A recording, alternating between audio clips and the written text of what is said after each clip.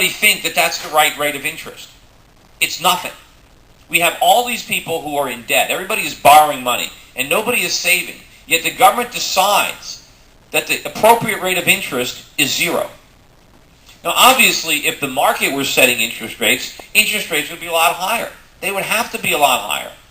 And so, how are we benefiting the economy by setting interest rates artificially low and creating problems? So we need interest rates to go up. Now, of course, the problem there, everybody says, well, if we let interest rates go up, housing prices are going to come down. Well, that means they're too high. If we need artificially low rates to sustain housing prices, what is that telling you? That's telling you housing prices are too high. We have to let them come down because keeping them too high is creating problems. Letting them fall solves those problems. Same thing with banks. A lot of banks are going to go under if we allow interest rates to rise. Well, that means these banks are insolvent. They need to go under. There are companies that are going to fail if interest rates go up. Well, we can't artificially keep them down because what's going to happen if we keep interest rates this low? The dollar's going to have no value. It's going to collapse. We're doing a lot more damage to our economy by propping up these institutions. We're saying we have to keep interest rates really, really low or all these institutions are going to go bankrupt. So you know who's going to go bankrupt instead? Every American. They're all going to go broke. It's not free to keep these companies propped up. If we let them fail, then some people would lose their jobs. Some people would lose their money. But the dollar would have value. It might still fall in value because of all the problems we've done in the past. I mean, we've really screwed up our economy. And so unfortunately, the dollar is going to have to lose some value to reflect our diminished industrial capacity. But it doesn't have to lose all of its value. But if we continue with these policies, it will. And that's the real problem. Because the longer we wait, I know that eventually we have to do the right thing. Eventually we're going to have to let interest rates go up, and we're going to have to let companies fail. But the problem is, the longer we wait to do that, the more painful it is. You know, when I'm saying I want the recession, I want it now because now is better than later. Because the later it is, the worse it is. Because the more debt that we accumulate as a nation, the more painful it is when those rates go up. And the longer we allow our economy to continue in an unsustainable way, the bigger the problems become and the more difficult it is when we ultimately have to resolve those problems. Because that's what the politicians are going to have to do. At some point, and maybe it's going to happen before the 2010 election, but I would have to say it will definitely happen before the 2012 election, is we are going to have to make those choices. Because if the dollar goes into free fall, and I think if you look at the dollar index, which is now trading around 76, if you look at around the 70 level, the lowest it got was about 71 in 2008, before the Bear Stearns failure and the Lehman failure and all that ignited that big counter-trend dollar rally.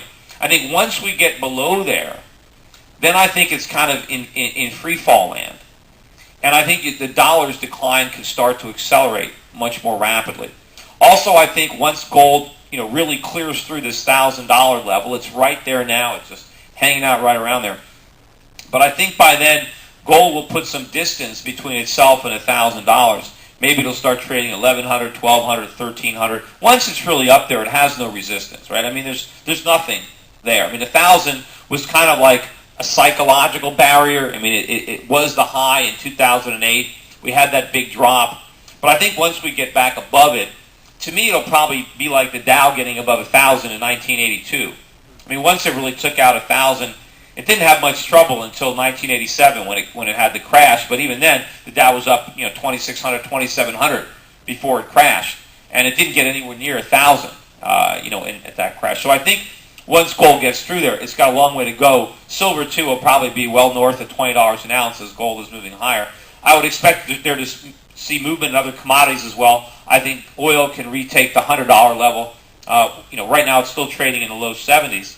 But as these things start happening at once, now we're going to start to face a serious problem. The Fed, you hear the Federal Reserve all the time talk about the exit strategy. We've got an exit strategy. There is no exit strategy. I mean, they can't tell the truth, so they have to pretend there's an exit strategy. Because if they told the truth, then they'd have a disaster right now. The exit strategy is just like their strong dollar policy. It doesn't exist. The best exit strategy is not to enter. That's the problem. They think that they can create all this inflation. They can print all this money and buy up all this toxic debt. And then when inflation starts to pick up, that they can somehow reverse the policy. It's impossible to do because the country is more levered up. What is the Fed going to do? Start unloading mortgage bonds and credit card debt into the market with interest rates going? Who's going to buy it? Nobody. And if anybody bought it, they'd be bankrupted. There's nothing that they can do. They're going to raise interest rates, especially now. Look at the government. Look at how much more debt. The government's got this $2 trillion national debt. You think Barack Obama or Ben Bernanke is going to tell Barack Obama, look, I got to raise interest rates up here, so you better cancel your health care plans because all the money that you're collecting in taxes is going to the Japanese to pay interest or the Chinese to pay interest? Is there any chance they're going to do that? It means you realize how much money we owe. The only reason that we can make our international payments on the national debt is because the rates are so low. Right? It's the same reason that people were able to make the mortgage payments because they had a teaser rate. We've got a teaser rate right now. You think Ben Bernanke is going to take that teaser rate away and say, hey, you're going to have to pay 5%, 10% interest on this $2 trillion? Or $10 trillion, the national debt? No, there's no way. There is no strategy.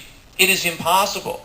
If the Federal Reserve really had an exit strategy, they would exit right now. Because the longer they wait, the more difficult it is. If they're going to have to raise interest rates eventually, then raise them right now. What are they waiting for? They're letting us get more deeply into debt? I mean, they're just hoping for some kind of miracle that somehow we can revive this consumer economy. But it can't be done. Right? You can't have an economy where all we do is spend money. We have, and borrow to pay for things because we can't pay people back. I think that's what the world learned in 2008 when many of the world's economies slipped into recession because America was too broke to pay back the money that it borrowed. And the world is learning that lesson. Now, growth is continuing around the world. And, I think it's interesting that